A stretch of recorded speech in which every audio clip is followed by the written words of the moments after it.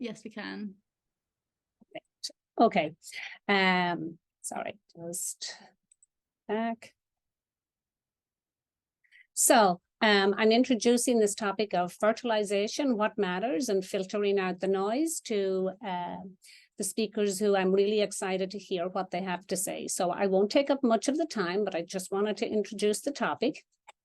And I think, you know, basically what we're all aiming to do is to find, get a really successful outcome in choosing the right sperm and the right egg, so that hopefully we create a beautiful embryo, which eventually becomes a live birth for our patients.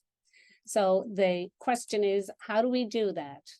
So at NYU, where I've worked for the last 20 plus years, we have always tried to practice where we choose patients to do ICSI for those male factor patients rather than do it across the board. So our use of ICSI has been lower than the national average at all times. And, you know, we strive to constantly try and find ways to identify the patients that need ICSI versus those that can benefit from ICSI. So we feel that, you know, it really is the lab responsibility to find out, you know, how to identify the best cells, how to handle the samples in the lab to ensure integrity is preserved as much as possible, and how to ensure best practices in the lab from a safety as well as medical point of view. And lab practices certainly differ across the world and across the country. Many labs rely heavily on ICSI, and in those cases, you don't need a high number of sperm, but you certainly want to choose the best sperm to use. The debate on INSEM versus ICSI is a constant debate. Again, you know, using an invasive procedure for insemination versus eliminating or at least reducing as much as possible the chance of a failed fertilization.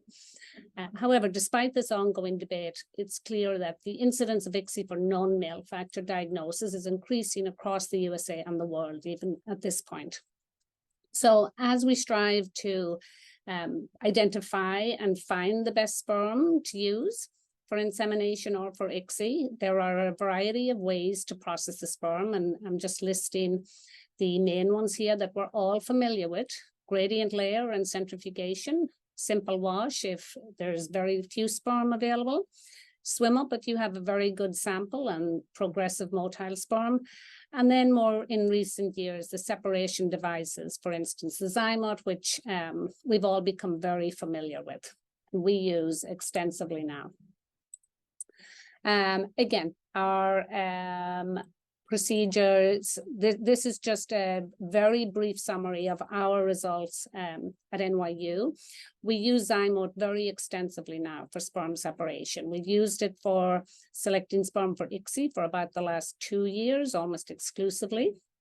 And now for insemination for the past year, we've moved to using Zymot and swim up mostly for separating sperm. So I just summarized here the results from our Zymot preparation for conventional insemination cases, and just to give you an idea, you know, we like it because we end up with a very high percentage of motile cells in the final prep.